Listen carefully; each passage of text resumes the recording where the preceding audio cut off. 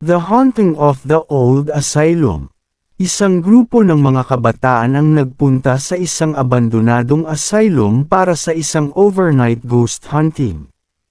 Habang nagsasaliksik, nakatagpo sila ng mga bagay na hindi nila maipaliwanag, mga boses, mga anino, at tila mga espiritu ng mga pasyente na nananatili sa lugar. Isa sa kanila ay nakatagpo ng diary ng isang pasyente na biktima ng malupit na eksperimento. Sa kanilang pag-usisa, unti-unti nilang nalaman ang nakakatakot na kasaysayan ng asylum, at nagpasya silang umalis, ngunit parang may sumusunod sa kanila. 2. The Real-Life Serial Killer. Batay sa tunay na kwento ng isang sikat na serial killer, maaari mong kwentuhan ng buhay ng sospek mula sa kanilang pagkabata, kung paano sila nahulog sa madilim na mundo ng krimen, at ang mga kaso na kanilang nagawa. Sa bawat pagpatay, nag-iwan sila ng mga pahiwatig at ng mga kakaibang mensahe.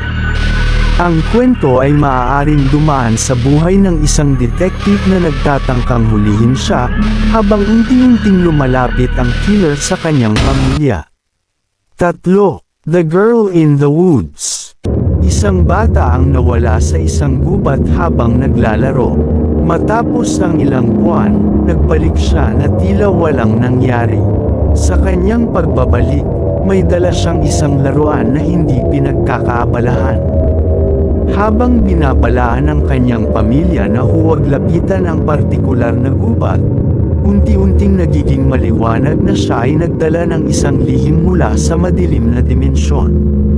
Sa bawat kwento ng pamilya, lumilitaw ang mga dilim na nakapaligid sa kanilang paligid, at nagiging masama ang mga bagay habang ang mga tao sa kanilang nayon ay nagiging target. 4. The Unsolved Mystery. Pag-usapan ng isang tunay na unsolved case, katulad ng Zodiac Killer o ang pagkawala ni Mortimer Ray.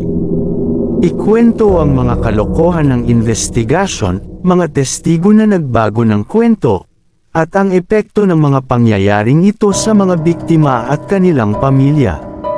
Magbigay ng teorya na maaaring nagbigay alam ang mga tao, ngunit hindi kailanman nahuli ang salarin. 5. The Curse of the Old Inheritance. Isang pamilya ang nakatanggap ng isang malaking ari-arian mula sa isang matandang kamag-anak. Nang sila'y lumipat, nagsimula silang maranasan ang mga supernatural na pangyayari, mga pag-ibig at bangungot. Isa sa kanila ay naging obsessive sa pag-alam tungkol sa nakaraang may-ari ng bahay, at unti-unting nahulog sa isang madilim na siklo ng sumpa na nagdala ng kamatayan sa sinumang nagtatangkang kunin ang ari-arian. Kung nagustuhan mo ang kwentong ito, panuurin mo rin ang iba pang nakakatakot na kwento sa channel na ito. Huwag kalimutang mag-subscribe at i-click and bell icon para hindi mo ma-miss ang susunod na episode.